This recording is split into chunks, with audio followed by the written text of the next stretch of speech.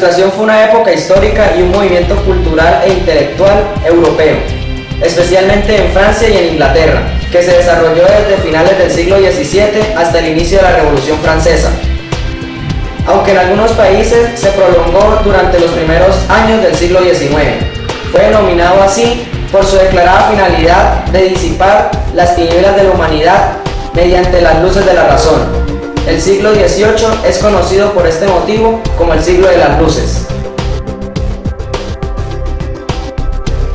Esta corriente abogaba por la razón, como la forma de establecer un sistema autoritario ético.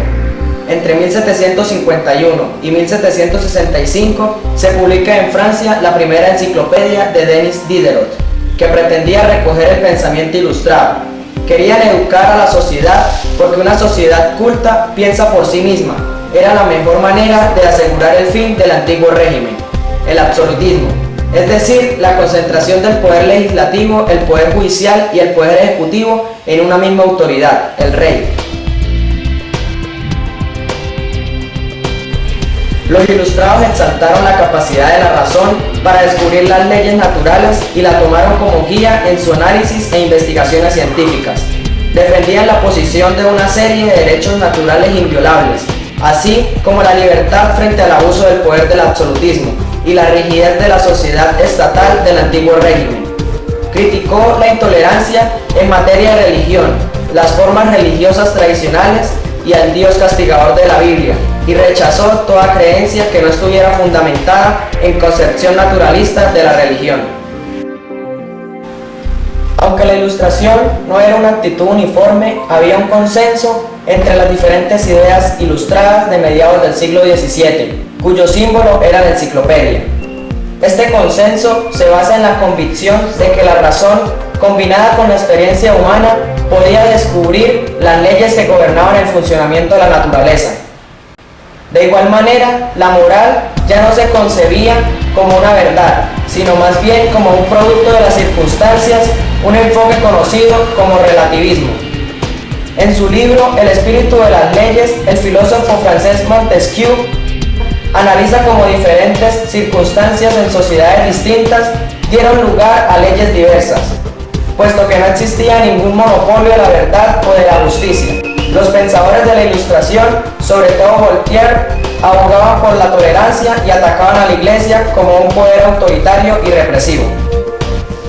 En lugar de una religión establecida, muchos filósofos propusieron la religión natural del deísmo, según el cual la religión se tenía que ajustar a las leyes de funcionamiento del universo descubiertas por la razón. Los pensadores de la Ilustración sostenían que la razón humana podía combatir la ignorancia, la superstición y la tiranía, y construir un mundo mejor. La Ilustración tuvo una gran influencia en aspectos económicos, políticos y sociales de la época. En política surge la teoría de la separación de poderes. Se subordina el poder religioso al civil, secularización. Y dentro del religioso aparecen las primeras señales de independencia de las iglesias nacionales respecto al absolutismo del Papa y aparece el concepto de contrato social. Para la mayoría de los filósofos, la Ilustración incluía el rechazo del cristianismo tradicional. La aparición en el seno de la Ilustración de estas tendencias religiosas se terminó de desarrollar en la Revolución Francesa. Para sociedades como la nuestra, es necesario el uso del pensamiento crítico y racional para combatir la discriminación, de la que sean objeto todos los grupos maltratados, ya sea a causa de su color, etnia, religión, sexo, preferencia sexual o rasgos físicos, haciendo que estos grupos se vean plenamente integrados en la sociedad como ciudadanos de igual rango que todos los demás.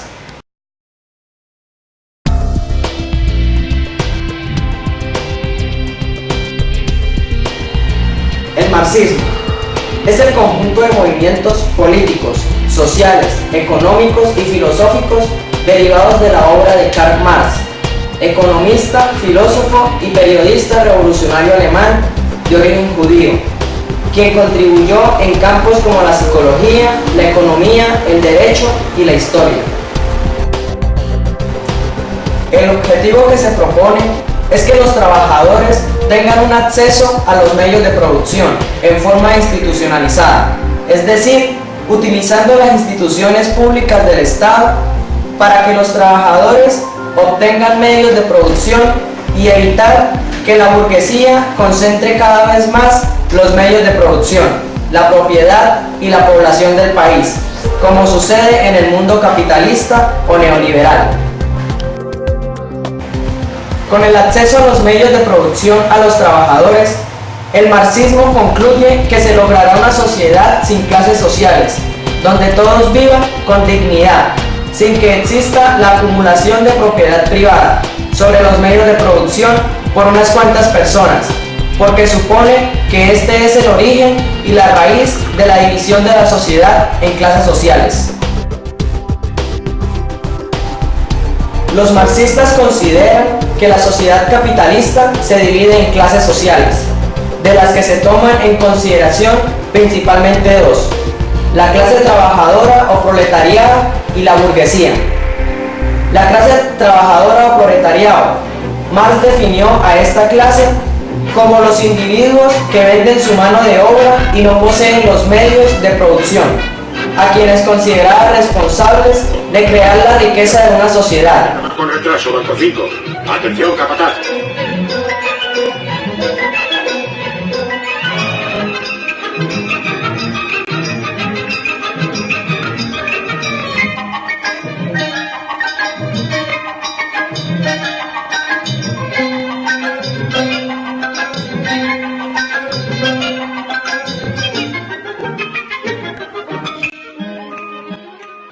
La burguesía, quienes poseen los medios de producción y emplean al proletariado. Constituyen la clase mercantil por experiencia. Su riqueza proviene de la admiración intelectual de los negocios. Se apropian del excedente económico de toda la sociedad por el mecanismo de la plusvalía. El capitalista paga el valor de la fuerza de trabajo y a cambio recibe el valor creado por el empleo de la fuerza de trabajo durante la jornada laboral, de manera que una parte de la jornada laboral el asalariado trabaja para reproducir el valor de su fuerza de trabajo y la otra parte trabaja gratis para el capitalista.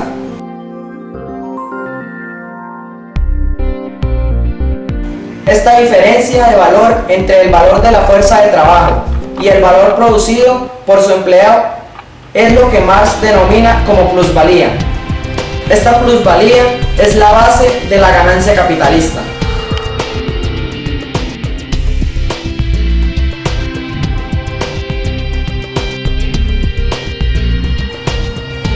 Marx lo explica con un ejemplo. El alimento que recibe el caballo no tiene nada que ver con el aporte que éste realiza con su esfuerzo de llevar al jinete. El alimento dado al caballo no recompensa el esfuerzo realizado por éste, sino que es solo lo indispensable para que el animal siga haciendo este esfuerzo. De la misma forma, el salario que le pagan al obrero no recompensa el esfuerzo realizado, sino que es solo lo suficiente para que pueda seguir realizando dicho esfuerzo y se pueda poner a disposición de su patrón. Mientras la fuerza de trabajo colectiva se considera el medio de producción más importante, el capitalismo disfruta las riquezas de dicha producción de manera privada.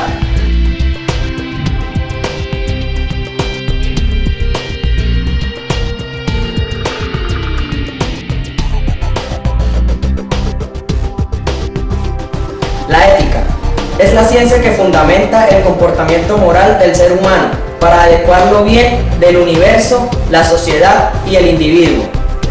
Es ciencia porque tiene una validez racional y universal. La ética debe dar argumentos racionales para sustentar el comportamiento moral del ser humano. De lo contrario, se reducirá a una mera opinión de tipo emocional. De igual modo, el que sea ciencia le da universalidad. Esto quiere decir que la ética no es algo meramente subjetivo, sino que es un discurso racional que rebasa la individualidad y detenta la universalidad que tiene la ciencia. La ética se ocupa del comportamiento moral del ser humano, puesto que es el único ser en la naturaleza que necesita de una ética, ya que los animales obran siempre por instinto y no necesitan regular su conducta.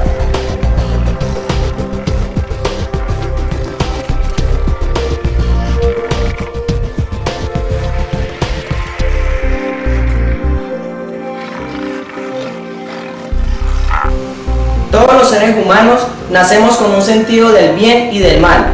Es algo intuitivo más allá de la razón, como los principios matemáticos o los de la lógica. Nadie juzga que es lo mismo, decir la verdad que engañar, ser justo que injusto, hacerle bien o el mal a otro. No es posible un discurso ético si juzgamos que el bien y el mal son lo mismo, o que no es posible distinguirlos. De igual modo, si pensamos que lo moral es totalmente relativo y depende de las circunstancias.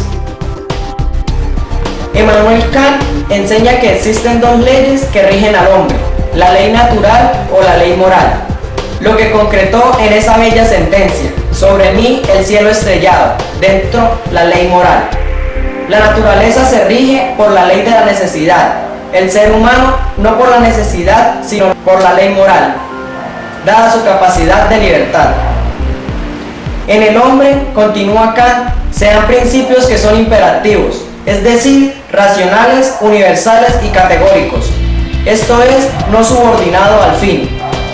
Estos principios son autoobligados, se aceptan en conciencia y no son impuestos por ninguna autoridad externa. El principio de autonomía reconoce al ser humano como autónomo, es decir, que su comportamiento y la norma que lo rige parte de sí mismo, y mientras no interfiera con la libertad de los otros, la persona es libre de decidir la orientación de su vida. Cada ser humano es un fin en sí mismo, y no puede, como nos enseña la filosofía kantiana, ser tomado como otro medio. Por su parte, el principio de justicia señala que todos los seres humanos tienen iguales derechos para alcanzar lo necesario para su pleno desarrollo. Todos los seres humanos tienen los mismos derechos, independiente de su desarrollo e integridad física o psíquica, de sus condiciones raciales, sociales, políticas, económicas o religiosas. El principio de benevolencia es la obligación moral que tiene todo ser humano de hacer el bien a los demás. Enunciado en forma negativa sería: ningún ser humano puede hacer daño a otro intencionalmente. Una excepción sería el derecho a la legítima defensa, por el cual yo puedo aún quitarle la vida a otro para salvar mi propia vida. Este principio de benevolencia debe entenderse como una obligación no solo con los humanos, sino con todos los seres de la naturaleza. El respeto por los animales, las plantas y los minerales nos debe obligar a usarlos solo en la medida que los necesitemos. El ser humano es el único animal que destruye los recursos innecesariamente. Por eso la caza, la pesca deportiva, por ejemplo, son una falta a este principio de benevolencia. Igual las corridas de toro, las peleas de gallo, etc.